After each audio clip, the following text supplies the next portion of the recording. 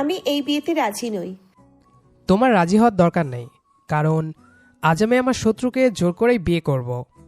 আপনি আমাকে এখানে তুলে এনেছেন কেন? বিয়ে করতে। হোয়াট? বিয়ে কে করবে?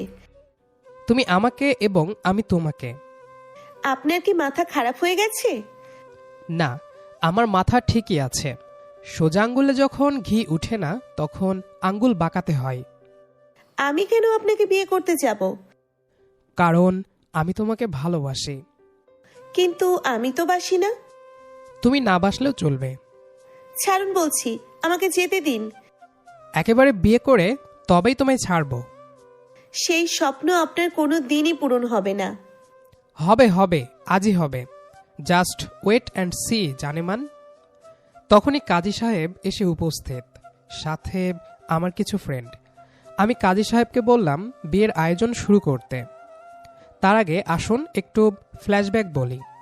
নীলা হচ্ছে আমার ক্রাশ, সেই কলেজ লাইফ থেকে। আমরা একই কলেজ প্লাস ভার্সিটিতে পড়াশোনা করি। নীলাকে আমি অনেক পছন্দ করি, যা বলার বাহিরে। সে কথা প্রায় 100 বার নীলাকে বলেছি, কিন্তু নীলা কোনোদিনই পাত্তা দেয়নি। অনেকবার অনেকভাবে বোঝানোর চেষ্টা করেছি, 1000 বার প্রপোজও করেছি, কিন্তু অ্যাকসেপ্ট করেনি। ভেবেছিলাম ধীরে ধীরে সে বুঝবে, কিন্তু না, তা হলো না। আজকে দেখি ভার্সিটির একটা ছেলের সাথে সে গা ঘেঁষে কথা বলছে। খোঁজ নিয়ে জানতে পারি তারা দুজন দুজনকে পছন্দ করে। আর আমি যে এতদিন নীলাকে বললাম তার কোনো মূল্য নেই। তাই আজকে বাধ্য হয়ে ভার্সিটির গেটের সামনে থেকে তুলে নিয়ে আসলাম বন্ধু ফাহাদের বাড়িতে। তবে কোনো খারাপ উদ্দেশ্যে নয়, শুধুমাত্র নীলাকে আপন করে পাওয়ার জন্য। তাতে আমার যা করা লাগে তাই করব। কাজী সাহেব বসে আছেন, চারপাশে অস্বস্তিকর নীরবতা। নীলা দাঁড়িয়ে কাঁপছে, চোখে রাগের চেয়ে ভয় বেশি। নীলা ভারী কণ্ঠে বলে উঠল, আমি এই বিয়েতে রাজি নই। এই মুহূর্তে তোমার রাজি হওয়া না হওয়া কেউ জিজ্ঞেস করছে না। আপনি এটা করতে পারেন না। পারছি বলেই করছি। নীলা আমার দিকে তাকালো। সেই দৃষ্টিতে কোনো প্রেম নেই, আছে শুধু অবিশ্বাস আর ভাঙ্গন। আপনি জানেন না আপনি কি ভেঙে দিচ্ছেন। ভাঙ্গা জিনিস দিয়েই কখনো কখনো নতুন কিছু বানাতে হয়। তোমাকে অনেকবার বোঝানোর চেষ্টা করেছি যে আমি তোমাকে ভালোবাসি, কিন্তু তুমি কখনো বুঝতে চাওনি। আর আজকে তোমাকে বউ না বানিয়ে আমি কিছুতেই ছাড়ব না। দরকার হলে রক্তের বন্যা বইবে, তাও আমি তোমাকেই চাই। আপনি প্রেমিক না, আপনি একজন কাপুরুষ যে ভালোবাসা না পেয়ে জোর করতে এসেছেন। এই কথাটা আমার ভেতরে লাগলো। আমি চুপ করে থাকলাম। কাজী সাহেব অস্বস্তিতে গলা খাকারি দিলেন। কাজী সাহেব বললেন, আপনারা কি নিশ্চিত এটা ঠিক হচ্ছে? আমি উত্তর দিলাম না। নীলা ধীরে ধীরে বসে পড়ল, তারপর তীক্ষ্ণ কণ্ঠে বলল, ঠিক আছে, আপনারা যা চান করুন, কিন্তু মনে রাখবেন এটা আপনার জয় না, এটা আপনার পরাজয়। কারণ আপনি কোনো দিনও আমার মন পাবেন না। এই কথাটা ঘরটাকে ভারী করে তুলল। তবুও আমি হার মানলাম না। বিয়ের কাজ শেষ হলো খুব দ্রুত। কোনো গান নেই, কোনো হাসি নেই, শুধু কাগজের সই, কয়েকটা দোয়া আর ভারী নিঃশ্বাস। নীলা পুরো সময়টা চুপচাপ ছিল, চোখে জল ছিল না, ছিল এক ধরনের শূন্যতা, যেটা কান্নার চেয়েও ভয়ঙ্কর। আমরা বাড়ি ফিরলাম। দুই পরিবার বসলো ড্রয়িং রুমে। আমি সাথে সাথেই লোক পাঠিয়েছিলাম নীলার বাড়িতে, এবং সাথে করে আমার বাড়িতে নিয়ে আসতেও বলেছি। সবাই রাগী চোখে তাকিয়ে আছে আমার দিকে।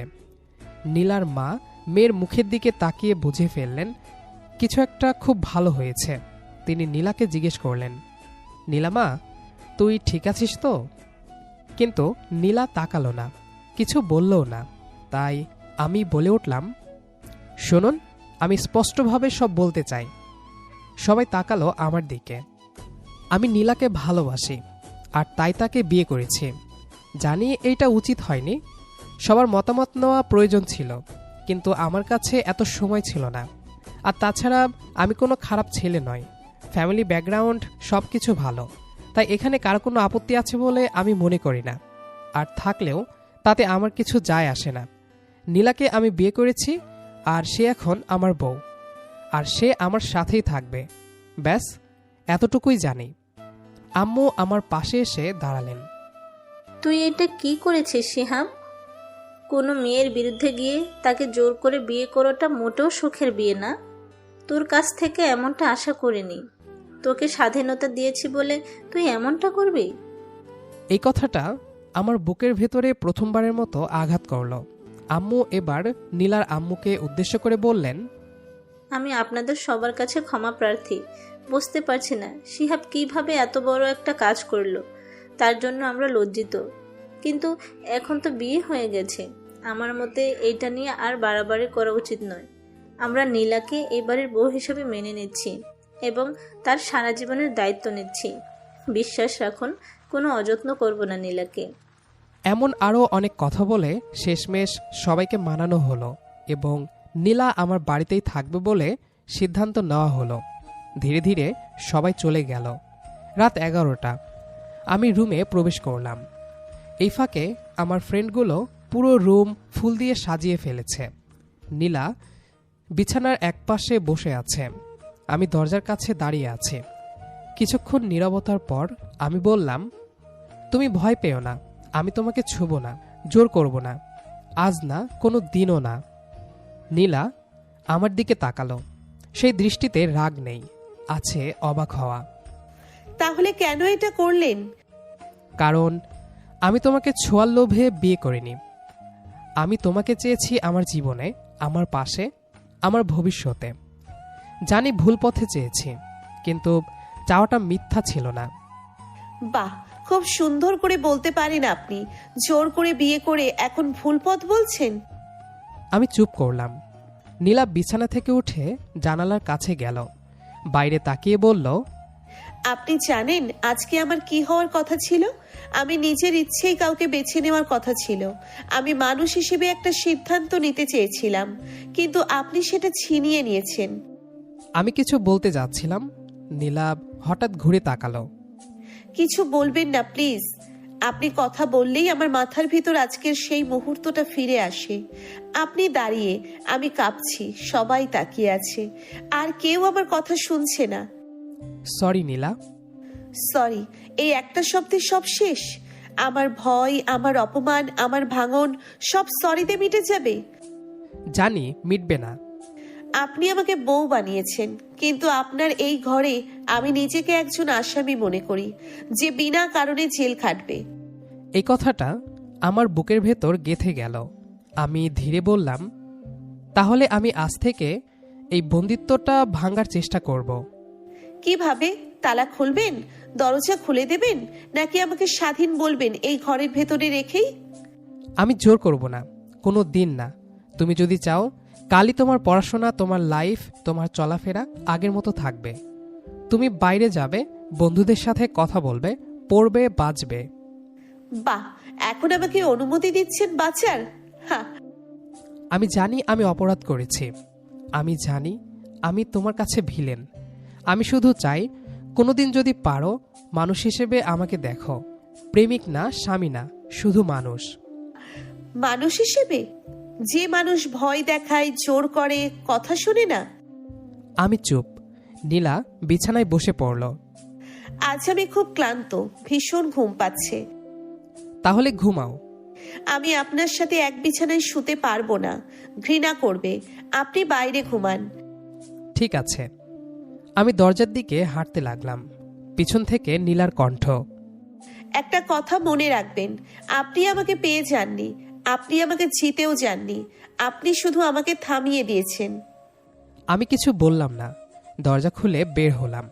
রুমের ভেতরে ফুলের গন্ধ ছিল, কিন্তু কোথাও কোনো ভালোবাসার গন্ধ ছিল না। আমি দরজা বন্ধ করে বাইরে বেরিয়ে গেলাম। করিডোরে আলোটা ম্লান, ঠিক আমার ভেতরের মতো। দেওয়ালে ফুলের ছায়া পড়েছে, কিন্তু আমার চোখে কাটার মতো লাগছে সব কিছু। আমি সোফায় বসে পড়লাম, মাথাটা হাত দিয়ে চেপে ধরলাম। আজকের দিনটা বারবার চোখের সামনে ভেসে উঠছে। নীলার হাত কাঁপছে, চোখ ভেজা, আর আমার নিজের কঠিন কণ্ঠ। ঘড়ি কাঁটা ধীরে ধীরে এগোচ্ছে। রাত গভীর হচ্ছে। কিন্তু ঘুম আসছে না। প্রতিটা মিনিট আমার ভুলের ওজন বাড়াচ্ছে। হঠাৎ মনে পড়ল নীলা বলেছিল আমি একজন আসামি। এই একটা শব্দ আমার ভেতরটা উলটপালট করে দিল। আমি তাকে বন্দি বানিয়েছি, আর নিজেকে কি বানিয়েছি? আমি উঠে দাঁড়ালাম, নীলার রুমের সামনে গিয়ে থামলাম। হাত তুললাম নক করতে, আবার নামিয়ে নিলাম। তার শান্তিটুকু নষ্ট করার অধিকারও আমার নেই। আমি শুধু দরজার ওপাশে দাঁড়িয়ে নিচু স্বরে বললাম, আই অ্যাম সরি নীলা, পারলে আমাকে ক্ষমা করে দিও। সে শুনল কি না জানি না, কিন্তু কথাটা বলা দরকার ছিল। আমি আবার ফিরে এলাম সোফায়, জানালার বাইরে তাকালাম। ঢাকার রাত, আলো, গাড়ির শব্দ, সব চলছে নিজের নিয়মে। শুধু আমার ভেতর সব থেমে গেছে। আমি ফোনটা হাতে নিলাম, পুরনো চ্যাট খুললাম। সেই কলেজের দিনগুলো, নীলার ছোট ছোট রিপ্লাই, আমার বড় বড় আশা। আজ সবকিছু হাস্যকর লাগছে। তারপর ধীরে ধীরে চোখ বন্ধ করলাম। ঘুম এলো না, শুধু রাত কেটে গেল। পরের দিন সকাল, সূর্যের আলো ঘরে ঢুকেছে। আমি সোফাতেই বসে বসে ঘুমিয়ে পড়েছিলাম। হঠাৎ দরজা খোলার শব্দ। আমি চোখ মেলে তাকালাম। নীলা দাঁড়িয়ে আছে দরজার কাছে, মুখ ক্লান্ত, চোখ লাল, কিন্তু কণ্ঠ শক্ত। আমি আজ ইউনিভার্সিটিতে যাব। আমি সাথে সাথে উঠে দাঁড়ালাম। ঠিক আছে, আমি গাড়ি ডেকে দিচ্ছি। না, তার কোনো দরকার নেই, আমি একাই যাব। কিন্তু খবরদার, আপনি আমার পিছু নেবেন না, ফলো করবেন না, নজরদারি করবেন না। ঠিক আছে। নীলা থামল। এক সেকেন্ডের জন্য মনে হলো কিছু বলবে, কিন্তু কিছু বলল না। ঘুরে চলে গেল। আমি দাঁড়িয়ে রইলাম অনেকক্ষণ। এই নীরবতাই এখন আমাদের সম্পর্ক, যেখানে শব্দ নেই, ঝগড়া নেই, প্রশ্ন নেই, শুধু অদৃশ্য এক দেওয়াল। আমি প্রতিদিন সকালে উঠে দেখি নীলা রেডি হয়ে বেরিয়ে যাচ্ছে। চুল বেঁধে, চোখে ক্লান্তি, মুখে কঠোরতা। কোনো গুড মর্নিং নেই, কোনো তাকানো নেই, শুধু দরজা খোলা আর বন্ধ হওয়ার শব্দ। আমি দূর থেকে তাকিয়ে থাকি, ডাক দেই না, থামাই না, কারণ আমি জানি থামানোই তো আমি আগে করেছি। দুপুরে আমি অফিস থেকে ফিরে দেখি ঘরটা গোছানো, রান্নাঘরে হালকা শব্দ। সে নিজের মতো করে খায়, নিজের মতো করে থাকে। একদিন টেবিলে একটা চিরকুট পেলাম। আমি আজ দেরি করে ফিরবো, চিন্তা করবেন না। এই চিন্তা করবেন না শব্দটা আমাকে কাঁপিয়ে দিল, কারণ আমি তার জন্য চিন্তা করার অধিকারও কেড়ে নিয়েছিলাম একদিন। রাতে সে ফিরলে আমি জিজ্ঞেস করি না কেমন ছিল দিনটা, কারণ আমি জানি সে চায় না এসব শুনতে। একদিন সাহস করে শুধু বললাম, আজ খুব গরম ছিল। নীলা তাকালো না। এই শব্দটাই আমাদের পুরো কথোপকথন। কিন্তু আমার ভেতরে যুদ্ধ চলছে, প্রতিদিন নিজের সাথে। আমি নিজেকে বদলাচ্ছি নীরবে। আগে রাগ হতো, এখন চুপ থাকি। আগে দাবি করতাম, এখন ছেড়ে দেই। আগে চাইতাম সে আমাকে দেখুক, এখন চাই সে ভয় না পাক। একদিন বিকেলে দেখলাম নীলা কাঁদছে, বারান্দায় দাঁড়িয়ে ফোনে কথা বলতে বলতে। আমি দূরে দাঁড়িয়ে গেলাম, শুনতে চাইনি, দেখতে চাইনি, কিন্তু সে ফোন রেখে চোখ মুছছিল। শরীর কাঁপতে লাগলো আমার। আমি ধীরে এগোলাম। পানি দেব? নীলা তাকালো, চোখ লাল, রাগ নেই, ক্লান্তি আছে। না। ঠিক আছে। আমি ফিরে যাচ্ছিলাম। নীলা হঠাৎ বলল, আজ আমার খুব বাজে দিন গেছে। আমি থামলাম, ঘুরে তাকালাম। এই প্রথম সে নিজে থেকে কথা বলল। আমি কিছু বললাম না, শুধু দাঁড়িয়ে রইলাম। নীলা ধীরে বলল, আপনি শুনতে পারবেন? আমি মাথা নাড়লাম। হ্যাঁ, অবশ্যই বলো। নীলা বারান্দার রেলিংয়ে ভর দিয়ে বলল, সবাই ভাবে আমি খুব শক্ত, কিন্তু আমি ভেতরে ভেঙে যাচ্ছি প্রতিদিন। ইউনিভার্সিটিতেই সবাই প্রশ্ন করে, বন্ধুরা এড়িয়ে চলে, সবাই জানতে চায় আমি কিভাবে এখানে এসেছি। আমি কাউকে বলতে পারি না, কাউকে বোঝাতে পারি না। নীলা কিছুক্ষণ চুপ করে রেলিংয়ে ভর দিয়ে দাঁড়িয়ে থাকল। তার চোখে ছিল এক গভীর শূন্যতা, আর মুখের কোণে অল্প অল্প কাঁপন। আমি কাছে দাঁড়িয়ে আছি, কিন্তু সাহস পেলাম না হাত বাড়ানোর। নীলা হঠাৎ নিজের কণ্ঠ কমিয়ে বলল, আপনি জানেন আমি আজ এখানে কি বোধ করছি? আমি খুব একা, মনে হচ্ছে কেউ নেই, কেউ আমাকে বোঝে না। আমি চুপ, কোনো উত্তর নেই, কেবল তার কথা শুনছি। কারণ প্রতিটি শব্দ যেন ভীষণ ভারী, প্রতিটি নিঃশ্বাসে আমার অপরাধের ওজন থাকে। আমি চাইনি আজকের দিনটা এমন হোক। আমি চাইতাম নিজের ইচ্ছে, নিজের পছন্দের সব হোক। নীলার কথা থেমে গেল, চোখে জল নেই, কিন্তু ভেতরে কষ্ট লুকানো। আমি ধীরে ধীরে বললাম, আমি জানি আমি ভুল করেছি।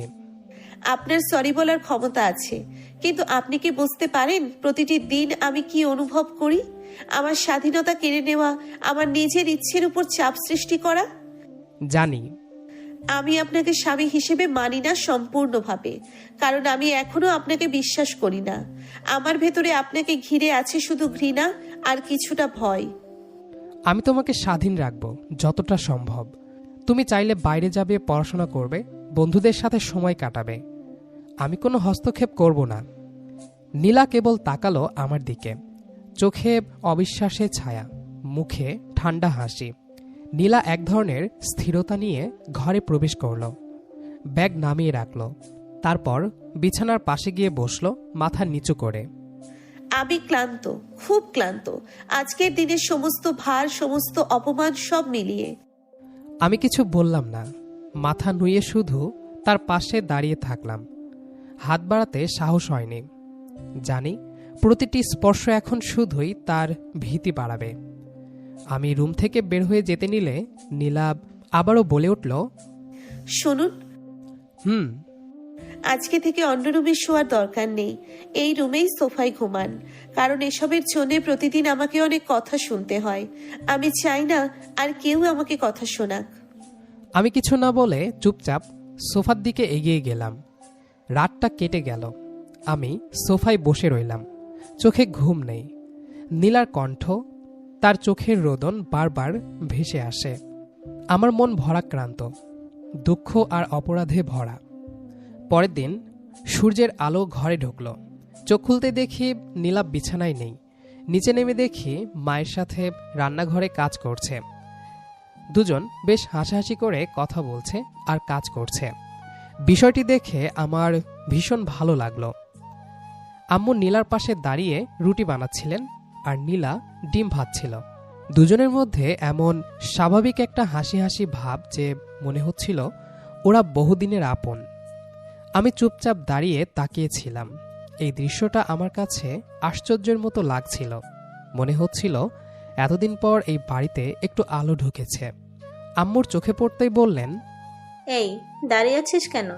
হাত মুখ ধুয়ে আয়, নাস্তা করবি না? হ্যাঁ আসছি। নীলা আমার দিকে তাকালো না, কিন্তু তার ঠোঁটের কোণে হালকা একটা স্বাভাবিকতা ছিল। আগের সেই কাপা শক্ত মুখটা নেই। আমরা তিনজন টেবিলে বসলাম। আম্মু আমাদের দিকে তাকিয়ে খুব স্বাভাবিক কণ্ঠে বললেন, নীলামা, তোমার কোনো অসুবিধা হচ্ছে না তো এই বাড়িতে? নীলা আমার দিকে তাকালো, তারপর হালকা হেসে জবাব দিল, জি না। আম্মু একটু থেমে তারপর বললেন, শোনো মা, তুমি যেভাবে এখানে এসেছো সেটা কোনোভাবেই ঠিক হয়নি, এটা আমরা সবাই জানি। কিন্তু এখন যেহেতু হয়ে গেছে, আমি চাই তুমি যেন কোনো কষ্টে না থাকো। নীলা চুপ করে শুনছিল। এই বাড়িটা তোমারও। তোমার কষ্ট, তোমার রাগ, তোমার দুঃখ সব কিছুর জায়গা এখানে আছে। কাউকে ভয় পেয়ে থাকতে হবে না। নীলা চোখ নামিয়ে নিল, গলার স্বর একটু নরম হলো। আমি চেষ্টা করছি আম্মু। আম্মু আমার দিকে তাকালেন। আর তুই, তোর জন্যই এই মেয়েটা আজ এত কষ্টের ভেতর, এটা ভুলিস না।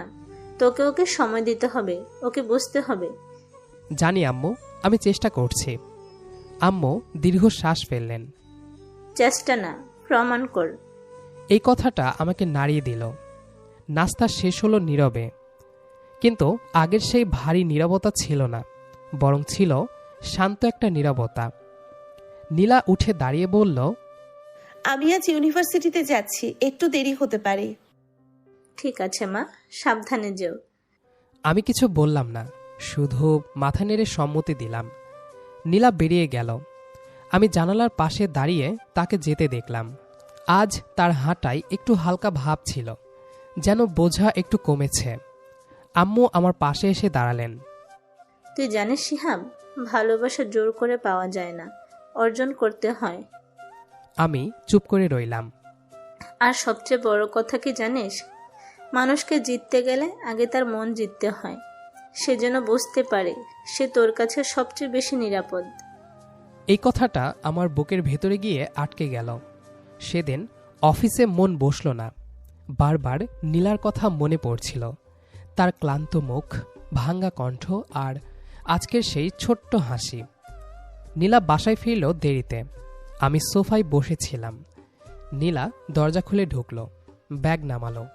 আমি সাহস করে বললাম, কেমন ছিল দিনটা? নীলা একটু থামল, তারপর বলল, ভালো। আজ কেউ কোনো প্রশ্ন করেনি। সেটা তো ভালো। নীলা মাথা নেড়ে বলল, হুম। এই ছোট্ট কথোপকথনটাই আমাদের মধ্যে নতুন কিছু শুরু করলো।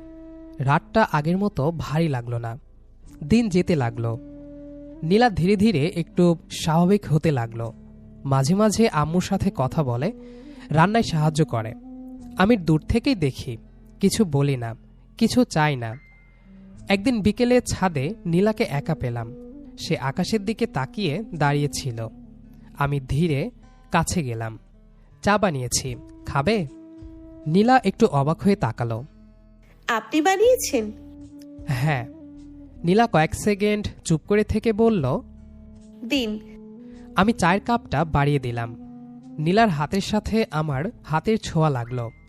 সেই মুহূর্তটা আমার কাছে ভীষণ বড় মনে হলো। নীলা চায়ে চুমুক দিয়ে বলল, চা ভালো হয়েছে। থ্যাঙ্কস।